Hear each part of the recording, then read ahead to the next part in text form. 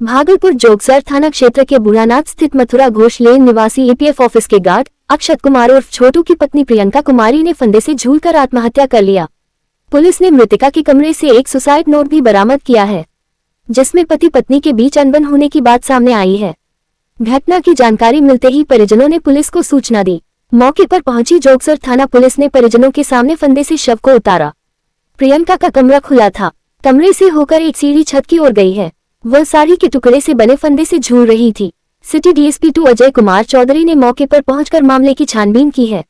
Police ने देर शाम शव का पोस्टमार्टम करवाकर परिजनों को सुपुर्द कर दिया था। मृतका के ससुराल वाले परिजनों ने बताया कि दोपहर 1 बजे एकाएक प्रियंका के 6 माह का पुत्र रोने लगा। अक्सर रोने के बाद प्रियंका उसे चुप करा देती थी, लेकिन आज बच्चा रोए ही जा रहा था और प्रियंका की आवाज नहीं आ रही थी। फिर प्रियंका की नंद अंजलि और चचेरा देवर देखने गया तो पता चला कि वह फंदे से झूल रही है। हालांकि घटना के मामले का खुलासा पोस्टमार्टम रिपोर्ट के बाद ही सामने आएगा। जोगसर थाना क्षेत्र के अंतर्गत एक घटना हुई है। एक महिला के द्वारा आत्महत्या करने की सूचना पुलिस को मिली थी। मुझे भी सूचना प्राप्त हुई थी, तो यहाँ पे थाने के द्वारा विजिट किया गया है। एफएसएल की टीम भी पूरा जांच की है। अभी मैं भी आके देखा हूँ। अक्षय कुमार नाम का व्यक्ति है, उसकी पत्नी के द्वारा सुसाइड किया गया है। सभी बिंदु पे हम लोग जांच कर रहे हैं कि उसके पीछे क्या कारण है। 1 साल पहले शादी हुई थी, इसके बाद की पुष्टि हुई है। ससुराल वाले भी यहाँ पे हैं। उनकी माँ भी आई हुई थी। उनकी माँ, मृतका की माँ यहाँ थी, रात में साथ में ही थी। उनके जाने के आधे घंटे बाद ही घटना की सूचना मिली है। सभी बिंदु पे जांच हो रहा है और पोस्टमार्टम के लिए जस्ट भेजा जाएगा। तो जो भी रिपोर्ट आएगा उससे काफी कुछ स्पष्ट हो पाएगा। भागलपुर में एक इंटर छात्र द्वारा लॉज के कमरे में फांसी लगाकर आत्महत्या करने का मामला सामने आया है। मृतक की पहचान बांका जिले के भलसनिया गांव निवासी प्रदीप यादव के पुत्र विशाल यादव के रूप में हुई है। विशाल पिछले 1 वर्ष से तातारपुर थाना क्षेत्र के उर्दू बाजार स्थित सीता सदन लॉज में रहकर इंटर साइंस की पढ़ाई कर रहा था। वही सुबह काफी देर तक कमरे से बाहर नहीं निकलने पर लॉज मालिक को शक हुआ। खिड़की से झांककर देखने पर वह फंदे से लटका मिला। सूचना मिलते ही तातारपुर थाना पुलिस और फोरेंसिक टीम मौके पर पहुंची। पुलिस ने मृतक का मोबाइल जब्त कर लिया और शव को पोस्टमार्टम के लिए भेज दिया गया है। परिजनों के अनुसार सोमवार को विशाल की परीक्षा थी, लेकिन एडमिट कार्ड में पिता के नाम की त्रुटि के कारण उसे परीक्षा केंद्र में प्रवेश नहीं मिला, जिससे वह मानसिक तनाव में था। पुलिस आत्महत्या के सभी पहलुओं की जांच कर रही है। मोबाइल की जांच के बाद अहम सुराग मिलने की संभावना जताई जा रही है। घटना के बारे में तो ज्यादा जानकारी नहीं है, क्योंकि सुबह 10 बजे तक वो उठ जाता है, लेकिन आज गेट खोला ही नहीं वो लोग का। तो 12 बजे के अप्रॉक्स में लड़का उसके बगल वाला कमरे का वो देखा, तो उसने बताया कि सब भैया वो कुछ कर लिया है, देखिए एक बार यहाँ। मतलब 12 बजे पता चला। क्या नाम था उसका? विशाल कुमार। कब से यहाँ रह रहा था? 1 साल से। 1 साल से रह रहा। कुछ वैसा मूवमेंट उसका 1-2 रोज में पता चला? वैसा कुछ था नहीं, नॉर्मल लड़का था। नॉर्मल था। कहाँ रहने वाले थे? ये बॉसी का था। भागलपुर से एक दिल दहला देने वाली लेकिन राहत भरी तस्वीर सामने आई है। विक्रमशिला सेतु पर एक महिला गोद में लिए नवजात बच्चा और आंखों में मौत का फैसला था। महिला गंगा में छलांग लगाने ही वाली थी, तभी वहां पहुंचे डायल 112 में तैनात दारोगा सिकंदर कुमार ड्यूटी पर जाते वक्त नजर पड़ी और 1 सेकंड की देरी किए बिना उन्होंने गाड़ी रोकी। महिला से बात की, उसे हिम्मत दी और मजबूती से उसे रेलिंग से पीछे खींच लिया। गोद में मासूम सुरक्षित रहा और एक बड़ा हादसा टल गया। महिला ने ऐसा कदम क्यों उठाया, वजह साफ नहीं हो सकी है। भागलपुर के साहेबगंज में बने 45 mld क्षमता वाले सीवरेज ट्रीटमेंट प्लांट ने काम करना शुरू कर दिया है। नमामि गंगे परियोजना के तहत बने इस प्लांट का निरीक्षण भागलपुर नगर निगम की मेयर डॉक्टर वसुंधरा लाल और बुडको के अधिकारी राजेश कुमार ने किया। मेयर डॉक्टर वसुंधरा लाल ने बताया कि प्रयागराज के बाद भागलपुर में यह नमामि गंगे के तहत एक अहम प्रोजेक्ट है। फिलहाल सूर्यलोक कॉलोनी, अलीगंज और TMBU पंपिंग स्टेशन से आने वाले नाली के गंदे पानी को यहां शुद्ध किया जा रहा है। प्लांट में गंदा पानी कई चरणों से होकर गुजरता है, जहां ठोस कचरे को अलग करने के बाद सूक्ष्म जीवों की मदद से पानी को साफ किया जाता है। 15 फरवरी तक पानी की गुणवत्ता जांच के लिए लैब पूरी तरह चालू हो जाएगी। प्लांट के शुरू होने से अब शहरी इलाकों का गंदा पानी सीधे गंगा में नहीं जाएगा, जिससे बदबू, मच्छर और बीमारियों पर नियंत्रण होगा। आने वाले समय में शहर के अन्य पंपिंग स्टेशन भी इससे जोड़े जाएंगे। प्लांट से निकलने वाले कचरे से मीथेन गैस बनाकर लगभग 300 kVA बिजली का उत्पादन होगा, जिससे प्लांट का संचालन किया जाएगा। इस परियोजना के लिए मेयर ने प्रधानमंत्री और मुख्यमंत्री का धन्यवाद किया। जी, हमारे भागलपुर शहर में नमामि गंगे के तहत एसटीपी का निर्माण कराया जा रहा है बुडको के द्वारा, और ये अंतिम पड़ाव पे है। और इसकी खासियत है कि शहर का जितना वेस्ट वाटर है उसको ट्रीट करके और सही करके उसको गंगा में प्रवाहित किया जाएगा, जिससे हमारी माँ गंगा दूषित नहीं होंगी। और उसका जो वेस्ट है, ट्रीटमेंट करने के बाद जो वेस्ट बचता है, उसका ऐसा यहाँ पे यंत्र लगा हुआ है कि उससे खाद भी बनेगा और बिजली भी उससे उत्पन्न होगी, और उस बिजली से जितने भी यहाँ के मशीनरी हैं वो सब उसी बिजली से चालू रहेगा। भागलपुर के बहुचर्चित फर्जी शपथपत्र और अवैध भूमि नामांतरण मामले में पुलिस की भूमिका अब सवालों के घेरे में है। मृत महिला को कागजों में जीवित दिखाकर जमीन के दाखिल खारिज का गंभीर आरोप है, लेकिन फर दर्ज होने के 26 दिन बाद भी मुख्य अभियुक्त की गिरफ्तारी नहीं हो सकी है। जगदीशपुर थाना कांड संख्या 0326 के सूचक सैयद अनामुद्दीन ने पुलिस महानिरीक्षक पूर्वीय प्रक्षेत्र भागलपुर को आवेदन देकर निष्पक्ष जांच, सिद्ध गठन और शीघ्र गिरफ्तारी की मांग की है। मामला 4 जनवरी 2026 को सदर एसडीएम के आदेश पर दर्ज हुआ था। बावजूद इसके मुख्य अभियुक्त मो इस्लाम अब तक पुलिस पकड़ से बाहर है। सूचक का आरोप है कि 21 जनवरी को पुलिस ने अभियुक्त की कथित बीमारी का हवाला मानते हुए बिना चिकित्सकीय जांच गिरफ्तारी नहीं की। वहीं 30 जनवरी को अभियुक्त ने कोर्ट से लिया गया नो कोर्सिव एक्शन आदेश दिखाकर पुलिस कार्रवाई से बचाव कर लिया। हैरानी की बात यह है कि उप मुख्यमंत्री विजय कुमार सिन्हा के सख्त निर्देशों के बावजूद कोई ठोस कार्रवाई नहीं हुई। महिला मृत हो चुकी है, उसको जगदीशपुर सीओ के द्वारा, जो पूर्व सीओ थे, उनके द्वारा जीवित तो दर्शा दिया गया और ये मीडिया में सुर्खियों में रही है खबर। हमने जिलाधिकारी को और प्रधान सचिव को ये मामला को दिया है कि गहनता के साथ आप उसकी समीक्षा कर उस पर कार्रवाई होगी।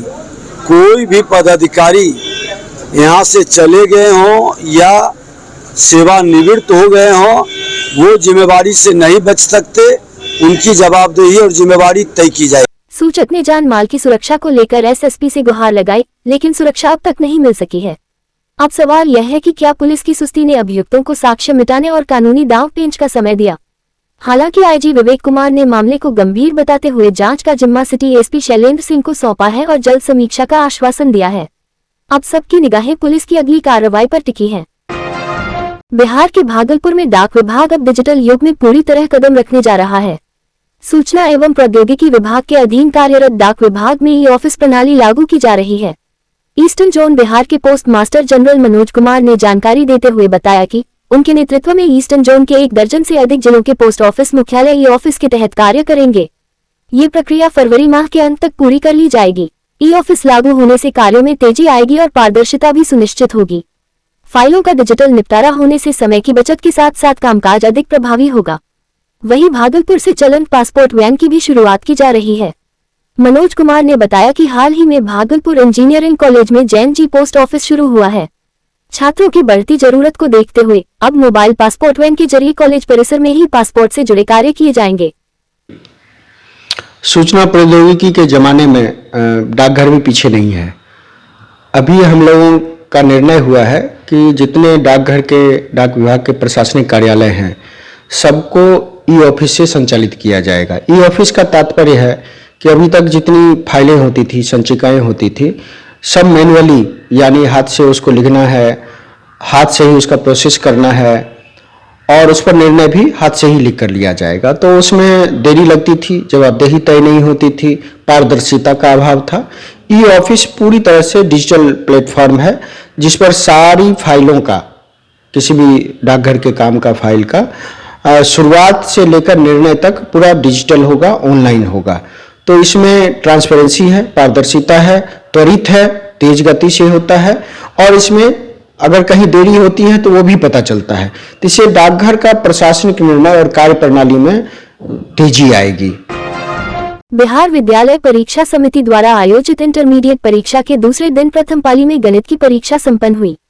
भागलपुर के मोक्षदा इंटर स्तरीय गर्ल्स हाई स्कूल परीक्षा केंद्र से परीक्षा देकर बाहर निकली छात्राओं के चेहरे खिले नजर आए।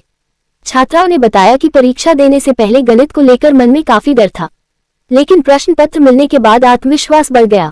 परीक्षार्थियों के अनुसार प्रश्न पत्र काफी आसान था और अधिकतर सवाल सीधे और समझने योग्य थे। इसी वजह से उन्होंने पूरे आत्मविश्वास के साथ सभी प्रश्नों के उत्तर लिखे। परीक्षा के बाद छात्राओं ने कहा कि उन्होंने गणित में धुआंधार लिखा है और अच्छे अंकों की पूरी उम्मीद है। छात्राओं का मानना है कि गणित में बेहतर प्रदर्शन के कारण वे इंटरमीडिएट परीक्षा में प्रथम श्रेणी से उत्तीर्ण होंगी। परीक्षा को लेकर कुल मिलाकर माहौल उत्साहपूर्ण और सकारात्मक देखा गया। गणित में बेहतर प्रदर्शन के कारण वे इंटरमीडिएट परीक्षा में प्रथम श्रेणी से उत्तीर्ण होंगी। बहुत अच्छा गया, इजी पेपर था, ऑब्जेक्टिव बहुत इजी था और मेरे को मैं एक्स्ट्रा में था तो फिर हम सारे रीजनिंग को 70 मैथ का कैसा गया एग्जाम? बहुत अच्छा, क्वेश्चन कैसे थे? मस्त था। मस्त था। कितना मार्क्स आ जाएगा? 80%। क्या चीज का एग्जाम था? मैथ का।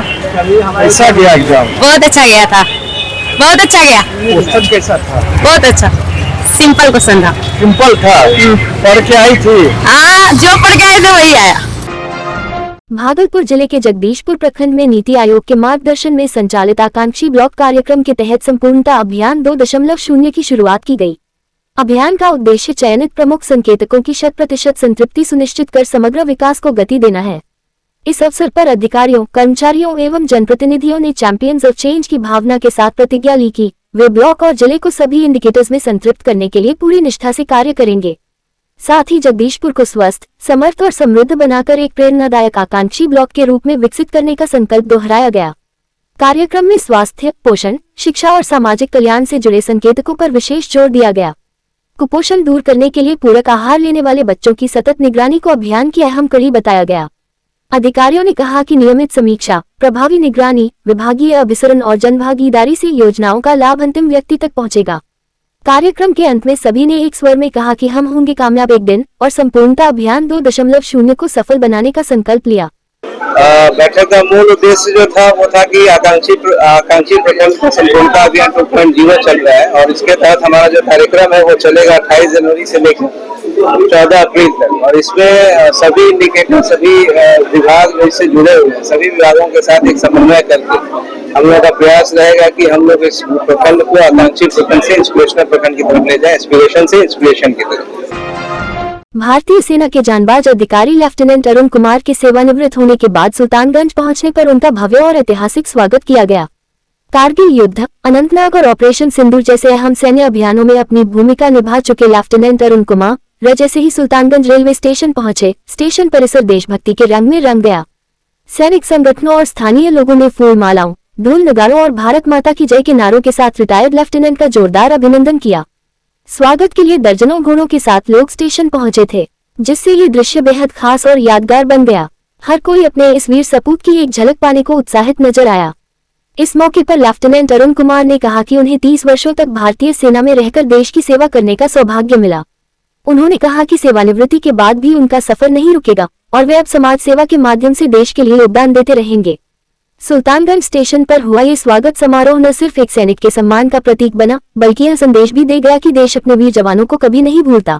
खुश हूँ, मैंने फौज में 30 साल 30 दिन नौकरी किया हूँ और जो भी ऑपरेशन हुआ मैंने उसमें अटेंड किया हूँ, चाहे वो अनंतनाग वाला हो, ऑपरेशन सिंदूर हो, कारगिल की लड़ाई हो, मैंने सभी अटेंड किया और मैंने उसमें पूरा पार्टिसिपेट लिया हूँ। और मैं बहुत आज खुश हूँ जो कि मैं बिल्कुल सही सलामत अपने देश को, अपने गांव को, अपने शहर सुल्तानगंज में लौट के आया हूँ। इससे मुझे ज़्यादा कोई खुशी नहीं हो सकता है जो कि आज आप लोगों ने मुझे इतना बड़ा प्यार दिया है।